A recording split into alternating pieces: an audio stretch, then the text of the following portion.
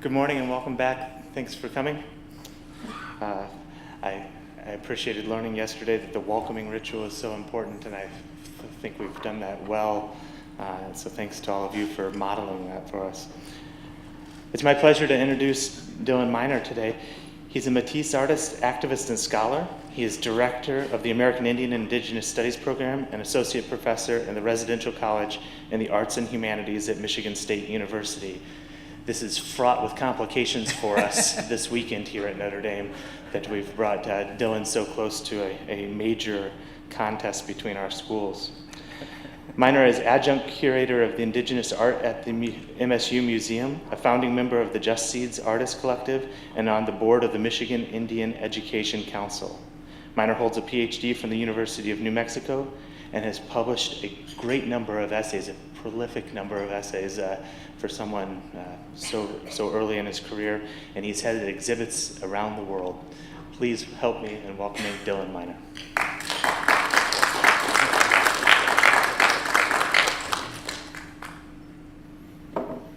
Tanishikiwa, Nimuyo Yandishini Kashun Dylan Miner, Nimushum Tepwash Midshif, Nimushum Tepwash, Otava Siwak, Jipanatanan Panatangashin, Wasaksin, Red River, Slave Lake, Minaka Wapamitin Marse. When I start, I usually introduce my family, introduce myself in both Michif and Anishinaabe. I'm a Métis guy. I'll talk a little bit about my own family history that situates my work. I began with Michif as Matey Peoples. Our ancestors would have been multilingual, speaking settler colonial languages, English and French, as well as Anishinaabe, the Ojibwe, Odawa, Potawatomi languages, as well as Cree, and in many communities created our own language, Michif, which is a beautiful language that takes its nouns and noun structures from French and verb structures from Cree, primarily. So it kind of is kind of in a nutshell, kind of speaks to the different epistemological systems between European and indigenous ways of being in the world. So I began with Michif, and I'll continue with Anishinaabe. Ani buju nichibi marazik, bongieta go nenita Anishinaabe. Nin Dylan Miner Indigenous Shoginashim. Anishinaabe wakin in Indonjaba. Nekwejong in Inda. East Lansing Inda. In Indoda Musako de Chimney Gwechki Jemnado. Bamapi Minwa Nichi. So also I'd like to thank of course, Pokagon Potawatomi. We're on their traditional lands. We know that this area, kind of as we move up into Michigan, three recognized Potawatomi tribes, Pokagon Band, Matchi-Benashewish, and Nadahusepi Huron Band of Potawatomi, as well as recognized Potawatomi communities in Wisconsin, Kansas, and Oklahoma, as well as on the other side of the Medicine Line, on the northern side of the border in Ontario. So it's always good to be attentive. Here we're on Pokagnik Bodewad Miyakik, that is Potawatomi, Pokagon Potawatomi territory. My talk today is called Aki-gikendamowin, which in Anishinaabe means learning from the land, or that is earth-based knowledge, or that is land knowing, ways of knowing that come from the land. So I'll talk a little bit about my own practice as an artist and my own way of being in the world. I'm trained as an art historian as well as an artist, and I'm situated within Indigenous Studies in the Academy. And so much of my work kind of moves back and forth between scholarly writing and the actual making. I'm going to start here because we're at such a crucial time. Hopefully you've all been following the resistance to the Dakota Access Pipeline. As an artist, I've been making images in solidarity with the movement there. I'm wearing this shirt right now, No Pipelines on Indigenous Lands. And for many Indigenous peoples, particularly folks on the prairies, they have prophetic stories about a black snake, and the black snake will come and devour, right? And so when we think about the actual pipeline itself, many people have been talking about the pipeline as being that makade, that black snake. So this is an image that has been circulating. If you're interested in the image, you can download high-resolution images, print and use freely. There's a website up there, justseeds.org. It's a print collective I'm a part of.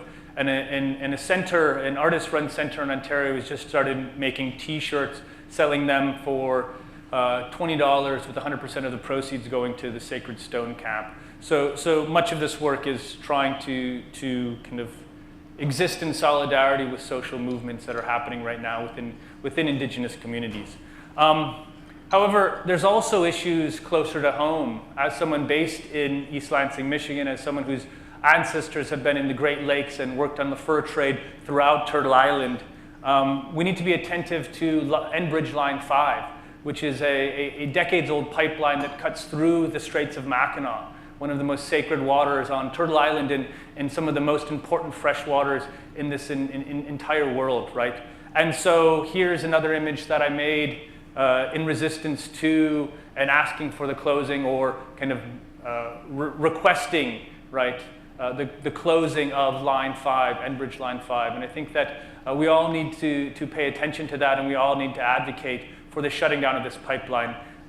We know that pipelines fail. I think that many of our speakers have spoken about that, living in fossil fuel society, which we all do. I've been born and raised in that.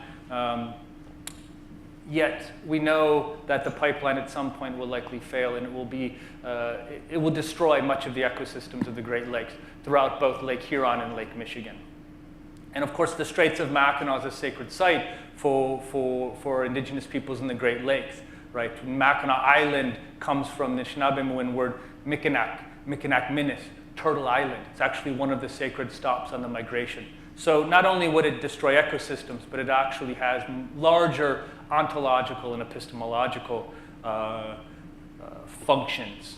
And then finally, to continue on this series of artworks that I've been making, thinking about Indigenous issues, and particularly the extraction of resources. The state of Michigan, I believe it was 2 Fridays ago, also put forth that they are moving forward, proposing to allow, so it's open for public comment at this time, to allow and move forward with the Back 40 project, which is open pit mining in the Western Upper Peninsula near sacred sites. So I've made this image against that. Here, there's kind of multiple meanings. I'm leaning forward as if I'm using this microphone, but in fact, the microphone is pinned to my shirt. This image, right, so both of these images, if we go back, I take as fact that all of Turtle Island, all of North America is Indigenous land.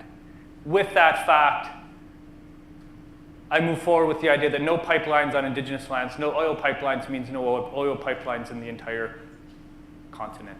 Not just on kind of land reserved through a BIA process or through a very a non-functioning treaty process in Canada. And the same way with this. I take for granted that all Mother Earth is sacred, and then any mines will be near sacred sites. Not only the ones that our communities recognize as being important sites, but much more, much larger than that. And of course here I'm playing with Mishipichu, I'm playing with a very sacred bird who are in stories always competing and fighting against one another. And here they've come together in that shared struggle against the mining on sacred lands. Okay, so I'm going to talk about Aki-gikendamowin, so earth knowledge, ways of knowing. So as I said, I'm a Métis guy. It's interesting because in Canada, with the rewriting of the Constitution, Métis peoples are recognized as one of the 3 Indigenous or Aboriginal peoples. Here on this side of the border, it's a much less recognized history, although there are, of course, very important Métis communities in the Great Lakes and on the prairies. Turtle Mountain, of course, is one of them, but then all unrecognized communities. This is an image of an octopus bag made by my grandfather's grandmother.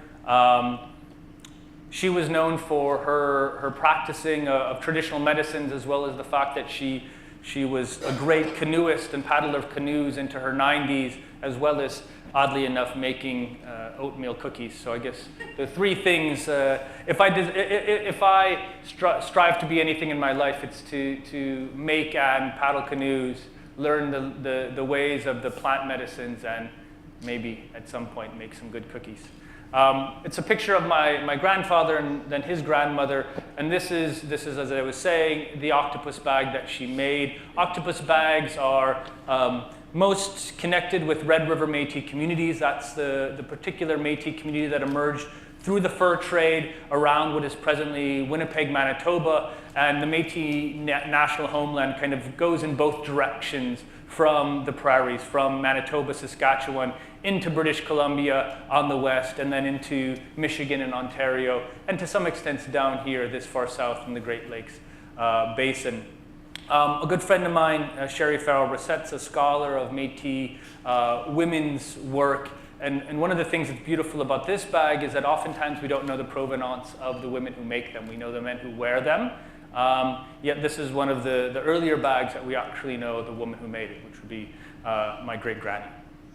So this image, and knowing this particular octopus bag or fire bag, and they're called octopus bags because of the way that there's four dangling sections that are then divided into two. So at some point, someone thought it was looked like an octopus. Of course, people making them were not interacting or had knowledge of octopi. Much of my work exists around community-based collaborations in the urban community I live in. So I live in East Lansing. Elders call the metropolitan Lansing an urban community in Pokagon, which in Anishinaabemowin means where the rivers meet. It's where the red cedar and the grand meet together. And so one of the projects I've been doing with these youth here, these are two of the Childry boys, as well as my daughter, Adam Haviland, and Elder Howard Kimawan, who's a fluent speaker. We've been working on this 34-foot birch bark canoe as a community project. Many of the elders in our community are retired auto workers, and so one of the things we did with this canoe, which is we're still putting the bark on it, is that we used kind of a mixture of traditional ways of making and kind of industrial ones. We used rivets, which was kind of ways of integrating in the knowledge from the assembly line from these auto workers into the project itself. Something else I'm very interested in is cross-Indigenous collaborations. So collaborations that are not only intra-generational, so bringing in youth, adults, elders, but also working across Indigenous communities. And for some time, Don Lyons, who's a guy from Leech Lake but lives in Lansing, he's been creating these collaborations with Gamilaroi folks in Queensland, Australia. And so this is one of the instances where we were doing a ceremony on the river shore near a community called Dirin Bandi. This is my daughter and the daughter of my friend Tim Knox, who himself is Gamilaroi, kind of in preparation for that ceremony at that particular water site. But we can't remove our ways of understanding, or I can't at least. I've written about this, the ways that, of course, there are people who can exist outside of colonial and capitalist structures, but many of us, most of us, in fact, can't. And the presence of colonial borders, whether it's the border between nation states, that is the US and Canada, or the US and Mexico, and I've written about the violence that those two borders commit against Indigenous communities, my own family, and our abilities to harvest, to hunt, etc., to migrate and to move. But then the colonial borders even within the nation state. And so this is a series, this just maps the treaties that exist within the state of Michigan. And of course, we're just a tad south of where the map stops, but also integrated in that. And so the main treaty period was between 1807 and 1842. I live in Michigan State University, exists in Treaty of Saginaw, 1819 Treaty of Saginaw territory. And so it's important to always, not just as lip service, recognize the Indigenous peoples of that territory, but continue to assert and maintain that those treaties are in fact important. This is the Treaty of Saginaw. and you can see the Anishinaabe signatories signing it on the right with their clan symbols.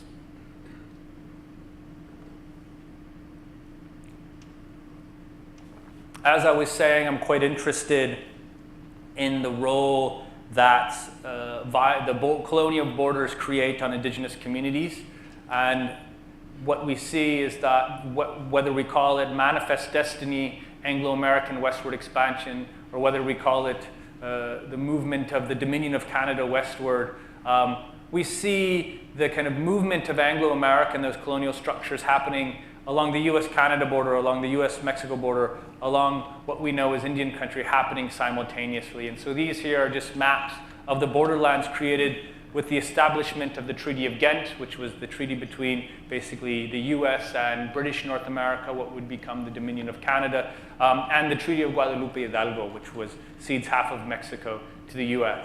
And of course, what we know is that not only the treaties, but the subsequent practices of the nation state continuously negate the rights of Indigenous peoples.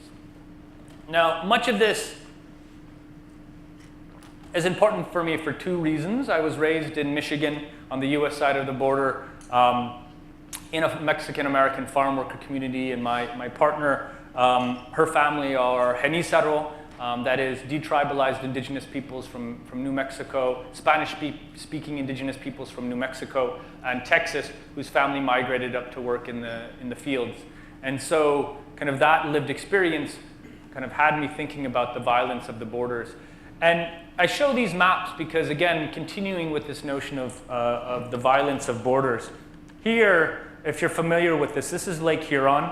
This is the Straits of Mackinac, right through here. Mackinac Island would be right here. This is where Line 5, of course, cuts through. Sacred space and the migration stop for Anishinaabe, for Indigenous peoples in the Great Lakes. But my family was here on Drummond Island with a group of other Métis, Michif, Wisakode, Wininiwag. One thing I didn't say is that while many people identify as Métis, when you look back at our communities throughout time, and when I introduce myself, I use different words. So Métis comes from the French word, which means basically of mixed European and native descent. The English, the Anglo-Canadians and Americans call us half-breeds, and you see that in the record.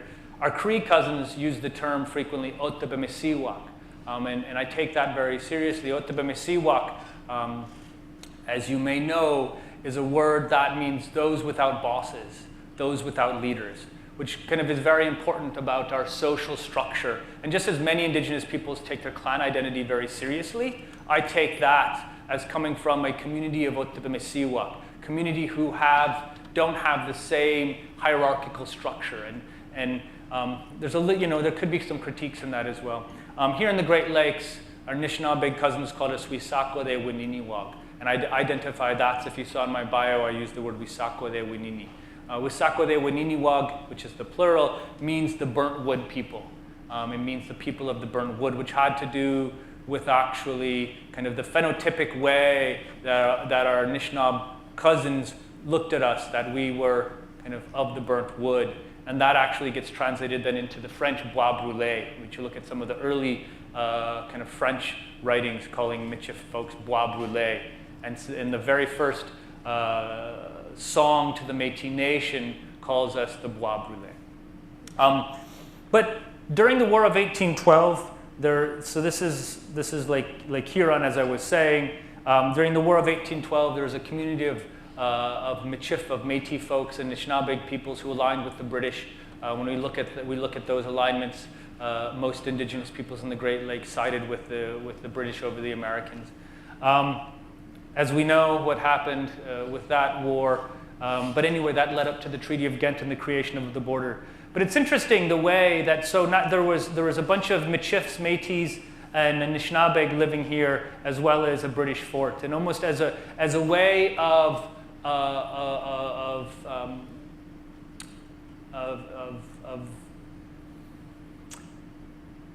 damaging the Indigenous community. The border was created. We can see this border. It doesn't clearly come right between the Upper Peninsula and Drummond Island. It actually intentionally goes around Drummond Island. So all native folks were basically forced off of this island because of the creation of this border. So my family and most other Métis folks came across the Georgian Bay into a community over here called, in English it's called Penetangashin, Pentang.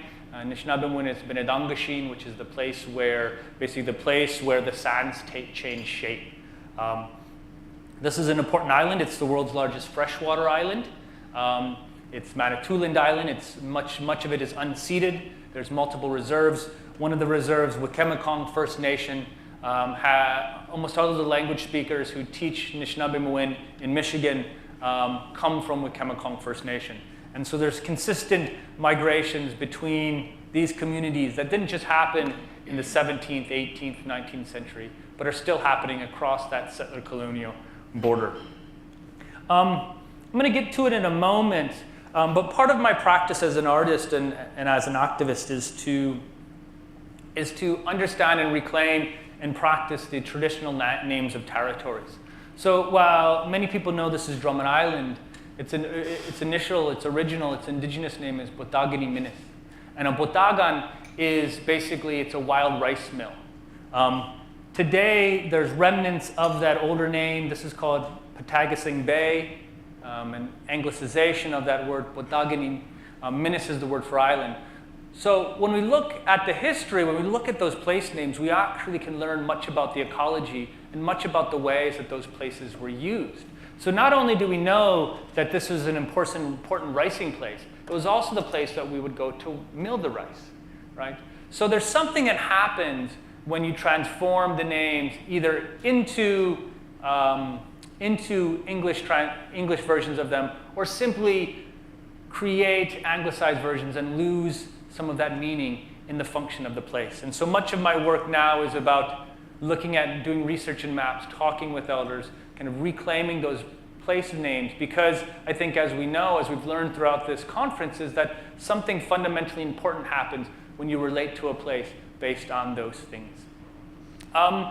So I've engaged over the last many years kind of trying to better collaborate with the land. Much of my work as an artist now is not simply artworks. It's not collaborations with youth and elders, which it is, but it's collaborations with the plants. As a part of a way to understand the plants, I've created and done this series of spend much time harvesting the plants, learning them. I'm not a botanist. I'm not a scholar of this. I'm an artist. I'm an artist in a Wisakwade Winini. I'm a Métis person whose family has this knowledge, but through colonial systems, it didn't get to me. And so I've been trying to learn and speak and collaborate with the plants. Does anyone here's pop quiz for this morning? Anyone know these plants here? We could probably stop in the top left. I'm guessing that will be a fairly recognizable one. Sumac. Sumac, staghorn sumac, beautiful, beautiful drink. The one in the next to that to the right might be a little less recognizable. We would call it Pokagon, or in English it's called chaga. It's a birch mushroom. Hippies love it because they call it a medical or a kind of magical mushroom, because you make teas from it. It also is a great fire starter. Of course, you're probably all familiar with raspberries. Some black raspberries, bottom left, mayapple root. I believe those were mossberries from the Yukon, and then some, Dr. Kimmerer is not here, but from her book, we probably know that as, we braid it sweetgrass.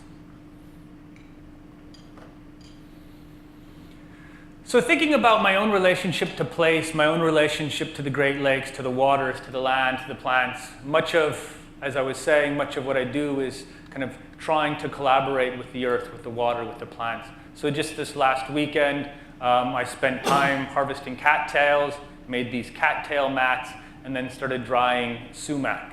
So right now in the bed of my truck is both the sumac and the cattail mats that I've woven, as well as some Joe Pye weeds, some goldenrods, lots of other things, right? Because so many different plants grow around us, and we've become alienated from them.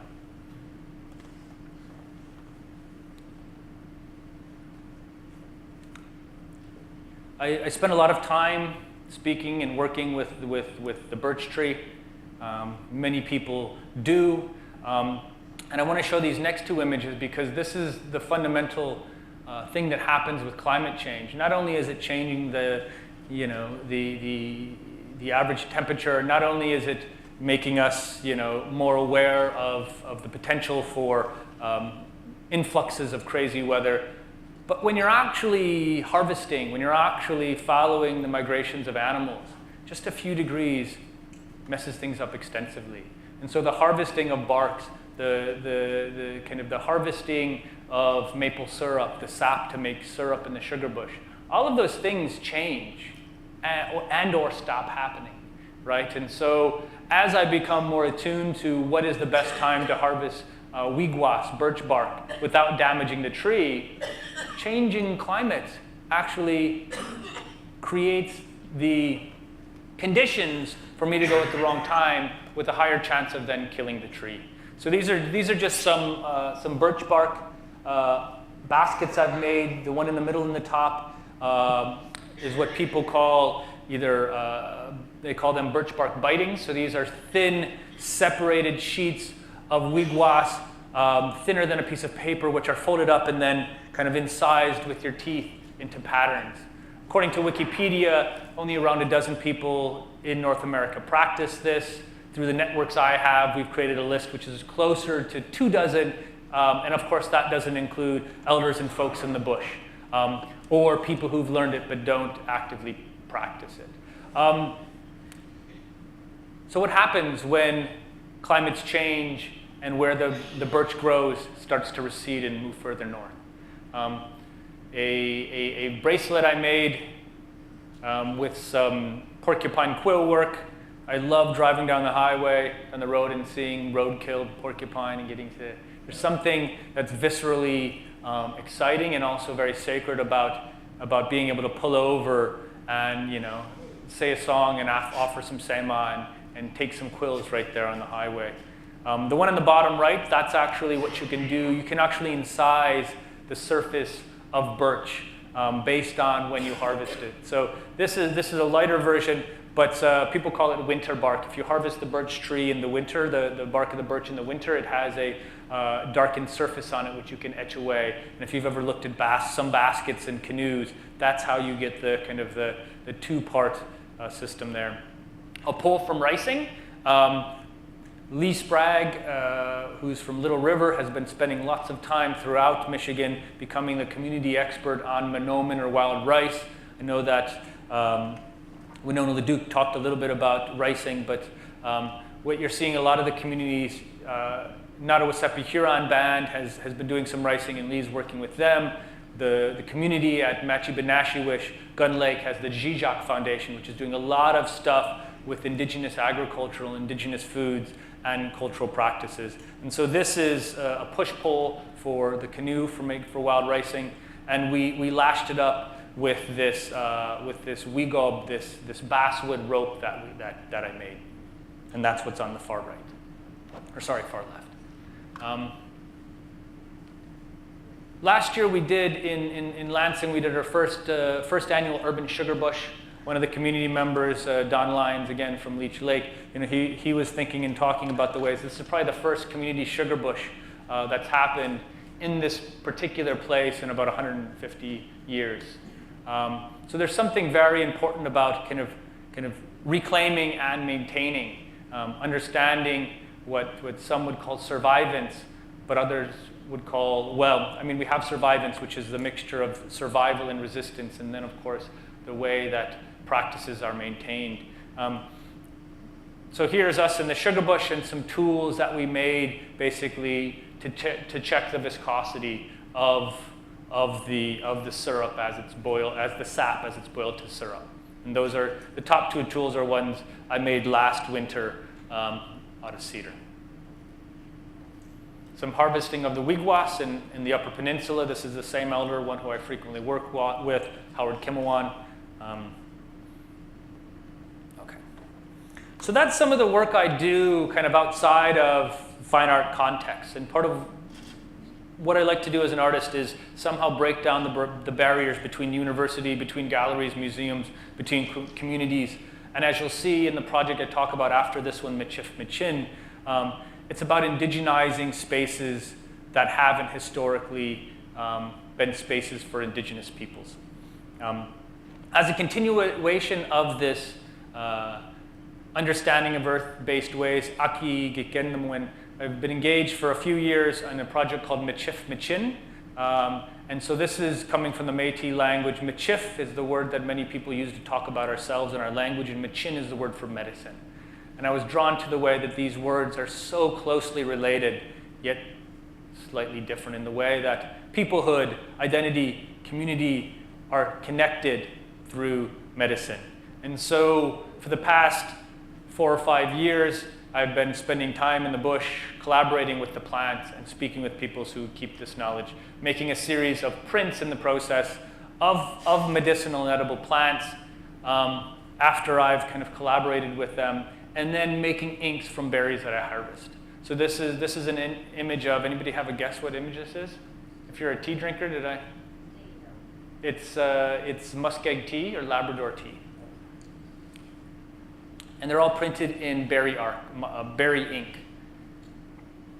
This is one of the spaces in the Yukon, in Dawson City, at a place called the Klondike Institute of Art and Culture, transforming the gallery into visiting spaces as well. I'll get to some more images of that in a second. But a few years ago, I was engaged in we were calling it the Pokagon Oral History Project, so an oral history of the urban native community in Lansing. Working primarily with, as I was saying, retired auto workers and language and fluent speakers, folks that, include Howard and others. During our conversations, frequent weekly conversations, we would share whitefish and mishkiki wabu, so tea and coffee, skan or bannock. And through our gatherings, frequent gatherings together, the elder said, well, people don't visit anymore. Right? When we lived in the bush, back on the reserve, back in the community, you just stopped by. And with urbanization, with colonialism, with capitalism, with just all of these things, people don't visit anymore. And so it was actually in some ways quite a simple thing to say, but in other ways it was quite fundamentally profound. And so what I began at that point, and you can see it here in the image on the left, is integrated in much of my work within the museum and the gallery and the museum and the university, is this project I called The Elders Say We Don't Visit Anymore, which is using my own space within these privileged institutions to indigenize and create spaces for indigenous relationship building. And so during shows, during my visits, we'll create daily gatherings within them. This you can see, this is the show that just came down in Vancouver. These are dozens of the different, there's around 50 different medicine prints at this moment. It'll continue on kind of into infinity. And this is wallpaper that we made from them, posted onto the wall. And you can see in the background behind these singers here. This is a show in the downtown Eastside in Vancouver. Which, if you know anything about Vancouver, you know about that particular neighborhood. But the gallery is committed to working with the community, so heavily indigenous community there. And so as part of this project, it's, as you can see, bringing plants into the gallery as well as community members. And then I think I didn't say this yet, but this is a fundamental aspect of the project, is I don't sell my work. Or particularly this project, don't sell much of my work. I try to create work that exists outside of capitalist economic structures, of course. I understand the contradiction that nothing can move outside of its confines. But all of those prints shown in the gallery are then gifted to people who helped me on it. So to these women singing here, they received a print. To people who understood plant knowledge, those were given prints as well. And so the 44 prints in that particular show were all given away, never come back to me. In the foreground, you can see the hanging fireweed and thistle, and the thistle will go to seed, went to seed over the course of the show, and then enters the floor. And then I've created these 7 braids of blackberry. And if anyone spent time in Washington State or Oregon, Portland, Seattle, Vancouver, you'll know that Himalayan blackberries are everywhere. And they're both beautiful and edible. I think it's Stephen Collier from Simon Fraser University has a beautiful essay on blackberries and poetry in the public commons. But one of the things you'll know about the blackberries is that they're an invasive species of blackberries that takes over everything else. They're quite thorny. And so what I did actually is created these series of 7. It's an important number that I come back to in my work, as many of you may know. Created these braids, these 7 braids of Himalayan blackberry. And so when I was done, my arms were all pricked up and bleeding but I think that's an important way of knowing as well. Wanted to put these images in there. These are drawings from my nephews that they gave me for my birthday. Just thinking about the multi-generational ways of knowing these materials. And so for my birthday, they harvested some cedar and some birch bark and made these drawings and gifted them to me.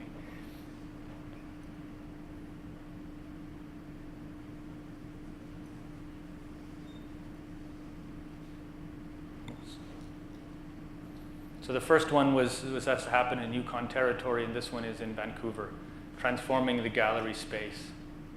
And you'll notice that frequently this Hudsons Bay blanket becomes a motif. Of course, when we think about the colonization of the Great Lakes and the prairies in Canada, but much of this borderlands as well, we know that it happened because of the desires within Europe by the fashion elite to make beaver pelt hats, right? And so the Hudsons Bay Company and other fur trading companies were quite important in the colonization. And so I use this motif frequently as a way to think about and work through that. I'll talk briefly about 2 or 3 more projects. This is one I recently did at a place called Art Space in Ontario. If anybody wants a t-shirt of the No Pipelines on Indigenous Lands, Art Space has printed a limited number of them, and I can give you the contact so you can order those. But I'm doing a year-long project with them, which includes 2 exhibitions, as well as some other things. So in 1906, my grandfather's grandfather, Narcisse Miner, was arrested for poaching a deer near Wasauksing, Parry Sound, Ontario, in the Georgian Bay. So he was charged for hunting and poaching a deer out of season. When you think about that, Indigenous folks being arrested for kind of harvesting in traditional ways becomes quite, I don't want to say humorous, but the logics of it don't make a lot of sense, unless, of course, you believe in settler colonial jurisprudence, which, exists for real. So anyway, so my grandfather's grandfather was arrested for poaching this deer, and I proposed to do this project where I will go back to that same territory and again hunt a deer and give the meat out during a community feast. So that will happen this fall, and that'll be bookended by 2 exhibitions, which include this one, Wawash Kashiwi Wiyas. Wawash Kashiwi, of course, is the deer. Wiyas is meat, so this is talking about venison and the giving of venison. And here you can see one of the galleries with 2 deer wearing shrouds. They're being held captive, kind of evoking the Western death shroud, but also other things. And then between them is a single print of the court documents listing all of the people who had been charged with poaching and hunting, which I printed in animal blood. And again, those were given away. So I did a series of, it was 110 years ago, so there were a series of one print, but an edition of 110, all of which were given away.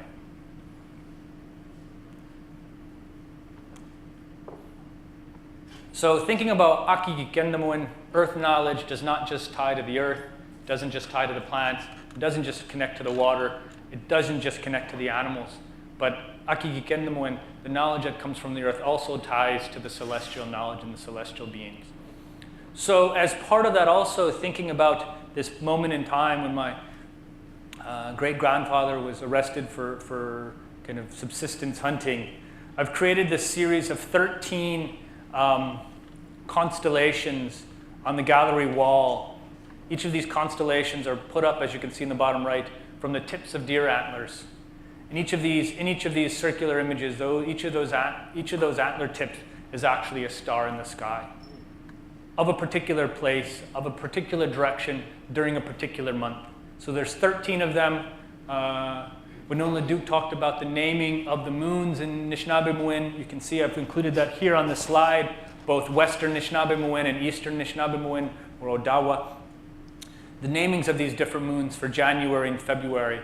And then if you know the constellations, you'd be able to make out within that, on the left, Wintermaker, and on the right, you'd be able to to find the North Star. So thinking about not only the way that the stars have knowledge, but the way that that knowledge is tied to our own history and materiality and many other things. And of course, just thinking about beauty as well.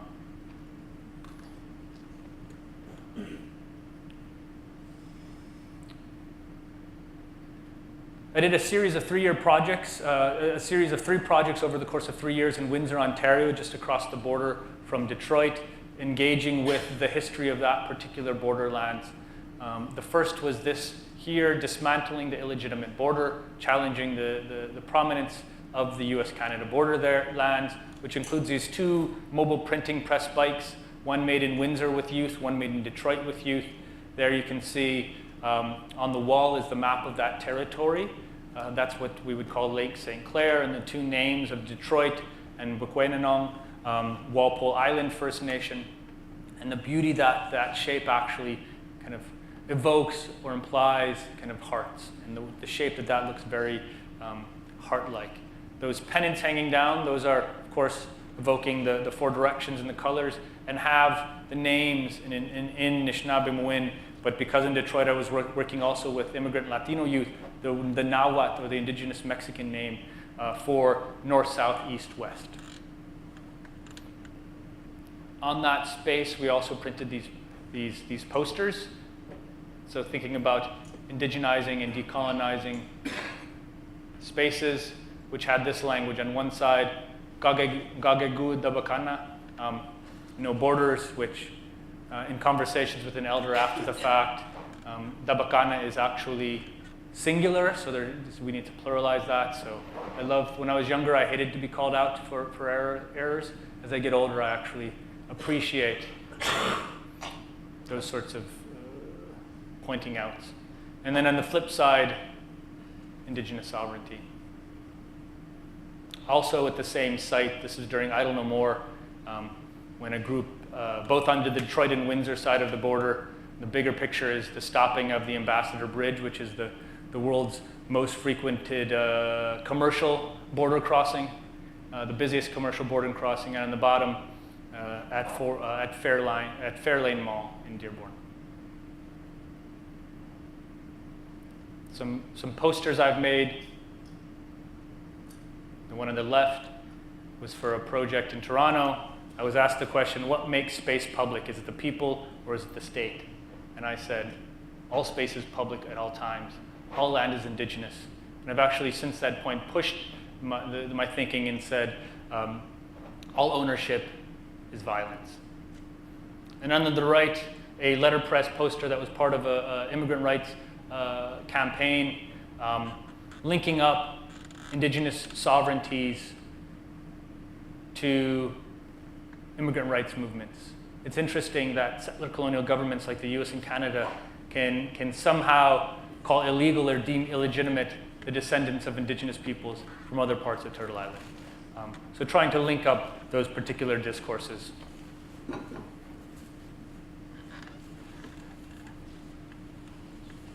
This is the second section, the second year of the project I did at the Windsor Art Gallery of Windsor for a series of shows, as I was saying, curated by Shramoyi Mitra.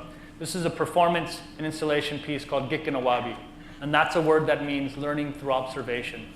And what I started to think about and wanted to push with this, what happens in communities where learning through observation, watching elders do things, what happens when no one practices that anymore? What happens with through migrations, we move away from communities? What happens at those points? And so I took, to actually make the work, I took this canoe, which was at my aunt and uncle's house. It had been destroyed by a tree, and so it was unusable. And I started doing performances with it where I would set these cinder blocks, and I'd take a hammer, and I would sing the what people call the AIM song. It's an honor song from the American Indian movement. I would sing the AIM song at each of the 7 stations of that, trying to kind of reclaim or smash out the damaged aluminum canoe in a way of trying to reclaim the canoe for its usage, thinking about sustainable transportation, thinking about the reclamation of indigenous knowledge. And here you can see me practicing or performing it outside. But you'd be surprised how many, when I travel this canoe and it's sitting on top of the car, how many people would actually say to me, oh, what happened? They wanted the story. And then think that you could actually pound it out, which maybe I can't. But part of the beauty of that is that I haven't really done any sort of reclamation of it, right? So it's another layer to the work itself. That even though I struggle and struggle and struggle, singing and pounding and singing and pounding, the canoe has barely changed shape. And this was the third year exhibition, and then I'll end on a larger project. It's a project called Agame Nawasakwa, on the shore on the forest, or on the shore across the forest.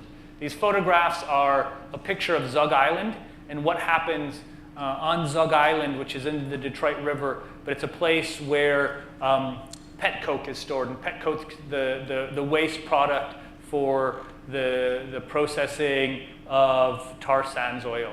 So it's stored in the river between the US and Canada, between Detroit and Windsor, and when these storms would come, they'll just pick these dust clouds up and then take them across the border and set them down. So the kind of fictiveness of that border, at least in ecological worlds.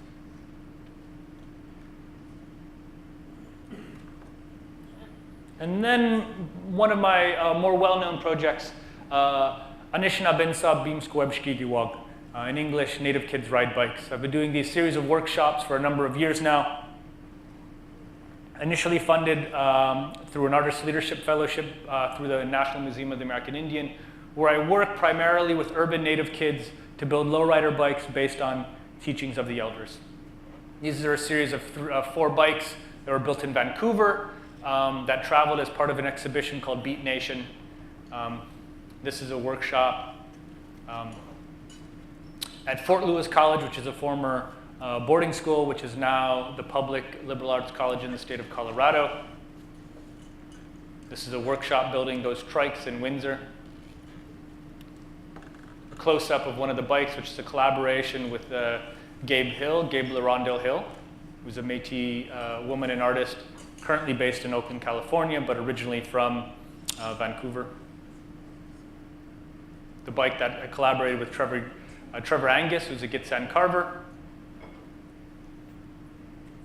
The collaboration with Janine Fry-Najutli, who's from Old Crow, which is the furthest north First Nations community in Canada, and you can see it includes caribou ribs, rabbits. There's some shells from subsistence hunting from her father. And then these are the 7 bikes based on the 7 grandfathers' teachings I did with youth in Lansing, Michigan. Folks riding the bikes around Indian Market in Santa Fe. Of course, they got kicked out. Something interesting that Native folks can't ride bikes around Indian Market. The commercial capitalist exchange is far too important to be disrupted by bike riding. As the workshops happen in different places, kind of we create images and shirts, and the logo changes into the local language. So on the right we have Michif, Ojibwe, and Cree. And the shirt I'm wearing in this I don't know, chesty selfie of my chest, was a shirt made for a project I did in Regina, Saskatchewan over this summer. And actually, those bikes at the Dunlop Art Gallery in Regina right now, today in fact, those 4 bikes will be exhibited. I'm not going to talk about this, not tied to Aki-gikendamowin. This is a project I did in 2006 for a show at the Museum of Contemporary Native Arts in Santa Fe. At the time, it was just called the IAIA Museum. But I worked with a piñata maker to make this piñata of Columbus. Okay. So, Chimigwech Marseille, thank you, and I can answer questions if you'd like.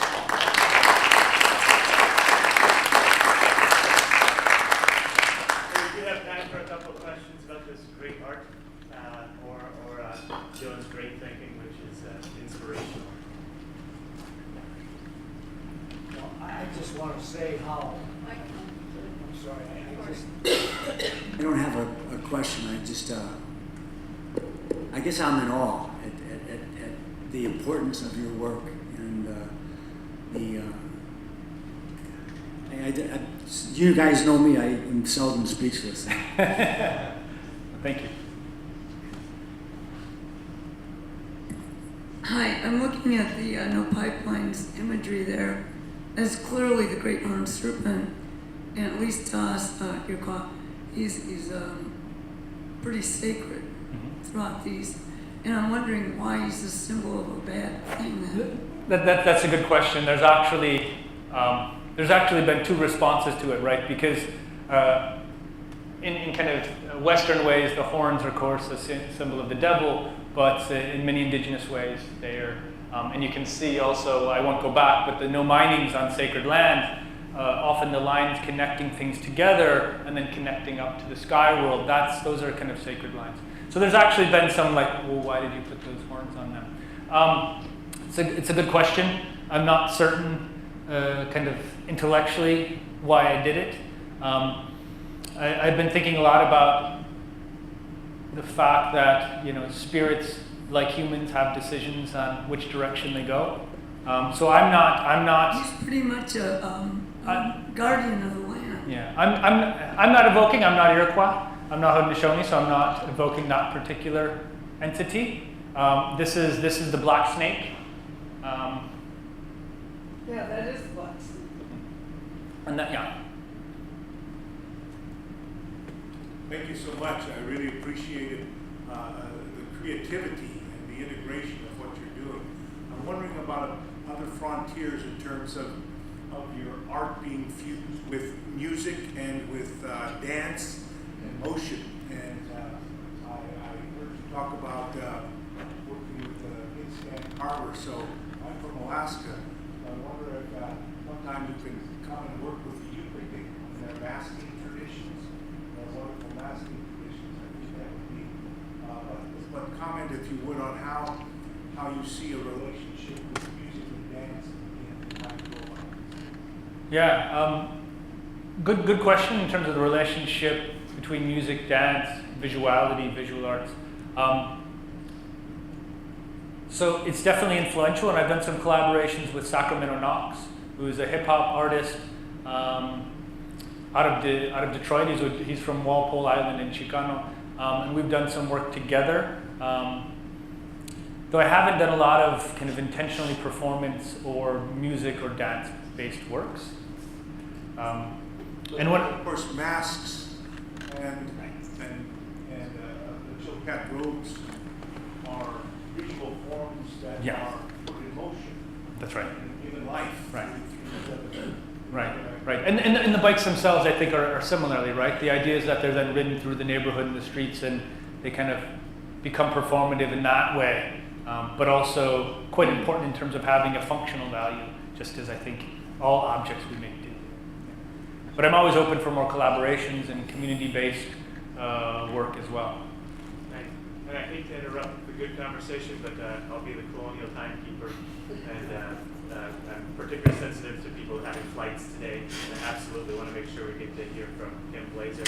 So please join me again in thanking this great